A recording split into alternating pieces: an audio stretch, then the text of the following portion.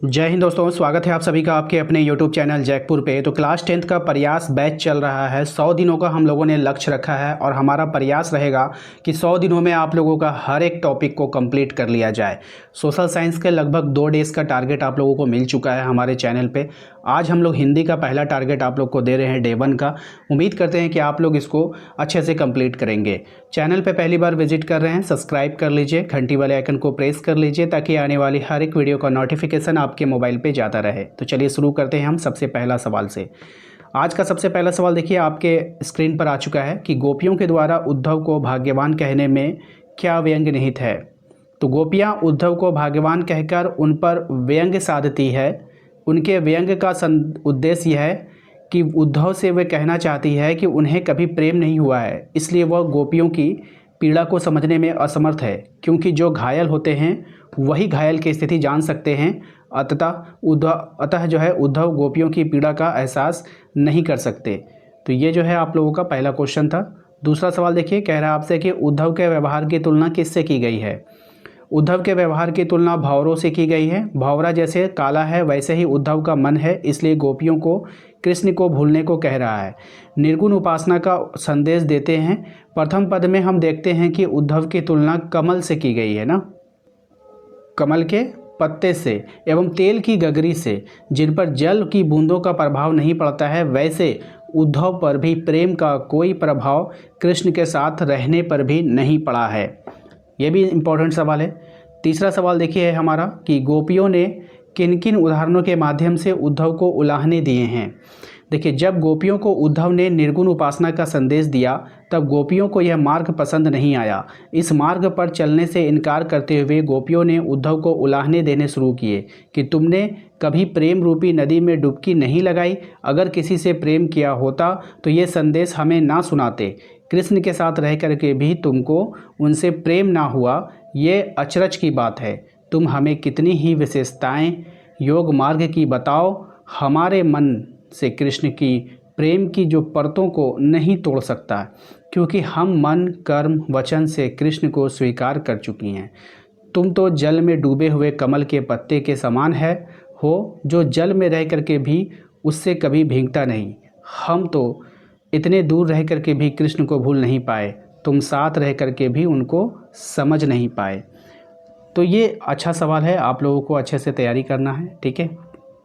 Next सवाल है कि उद्धव द्वारा दिए गए योग संदेश ने गोपियों की विरह अग्नि में घी का काम कैसे किया। यानी कि जैसे ही उसने योग संदेश दिया और उल्टा हो गया, मतलब कि जो गोपियाँ थी वो और क्रोधित हो गई, और उसी को कहते हैं कि आग में घी का काम करना, ठीक है, यानी कि उनके गुस्से को बढ़ावा देना। गोपियाँ कृष्ण से बहुत प्रेम करती थी। कृष्ण से बिछड़कर उनकी स्थिति बहुत खराब हो गई थी। वे पगली की तरह प्रतिदिन कृष्ण की बाट जोहरा करती थी।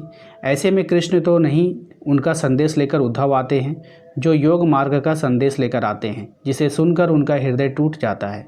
वह विरह की अग्नि में दहक उठती है। कृष्ण से मिलने की आशा टूट जाती है और वो अधीर हो जाती है। इस तरह पहले से जलती हुई विरह की आग में फिर से घी पड़ जाता है।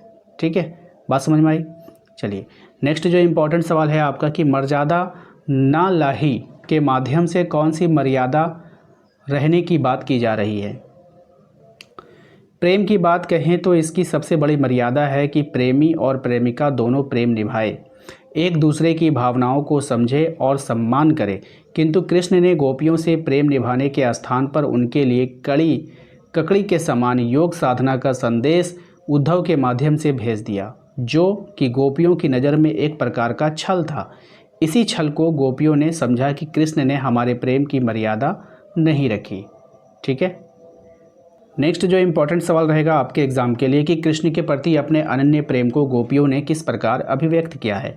तो कृष्ण के प्रति गोपियों ने अनन्य प्रेम निम्न प्रकार से व्यक्त किए हैं।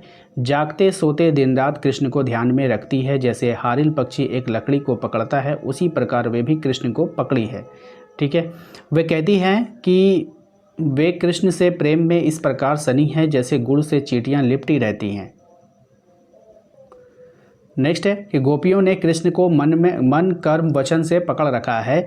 जब उद्धव के द्वारा योग संदेश पाती है तो उनका धैर्य टूटने लगता है और वे व्यथित हो उठती है। नेक्स्ट जो इंपॉर्टेंट रहेगा वो रहेगा गोपियों ने उद्धव को योग शिक्षा कैसे लोगों को देने की बात कही है। तो गोपियाँ उद्धव से वैसे लोगों को योग संदेश देने को कहती है जिनका मन स्थिर नहीं है, जिनका मन चक्री की तरह घूमता है। ये चक्री की तरह मन कृष्ण का बताया गया है तथा यहाँ संदेश कृष्ण को ही पहुँचा देने की बात कही गई है। ठीक है, तो इसको आप लोगों को नोट कर लेना है। उसके बाद जो हमारा नेक्स्ट इम्पॉर्टेंट सवाल जो रहेगा वो आपका मैं बता रहा हूँ। ये वाला सवाल देख लीजिए, गोपियों के अनुसार राजा का धर्म क्या होना चाहिए। तो गोपियों के अनुसार राजा का धर्म प्रजा की रक्षा करना। एक राजा अपनी प्रजा की सभी समस्याओं से अवगत होता है एवं उसका पालक और रक्षक भी होता है। तो ये इसका इंपॉर्टेंट रहेगा आपके एग्ज़ाम के लिए। तो आशा करते हैं आप लोगों को आज का ये वीडियो पसंद आया होगा। वीडियो अच्छा लगे तो प्लीज़ वीडियो को लाइक कीजिए, चैनल पे पहली बार आएँ सब्सक्राइब कर लीजिए। यदि आपने अभी तक हमारे व्हाट्सएप ग्रुप को ज्वाइन नहीं किया है तो दिए गए नंबर पर संपर्क करके आप हमारे व्हाट्सएप ग्रुप को ज्वाइन कर सकते हैं। Thank you.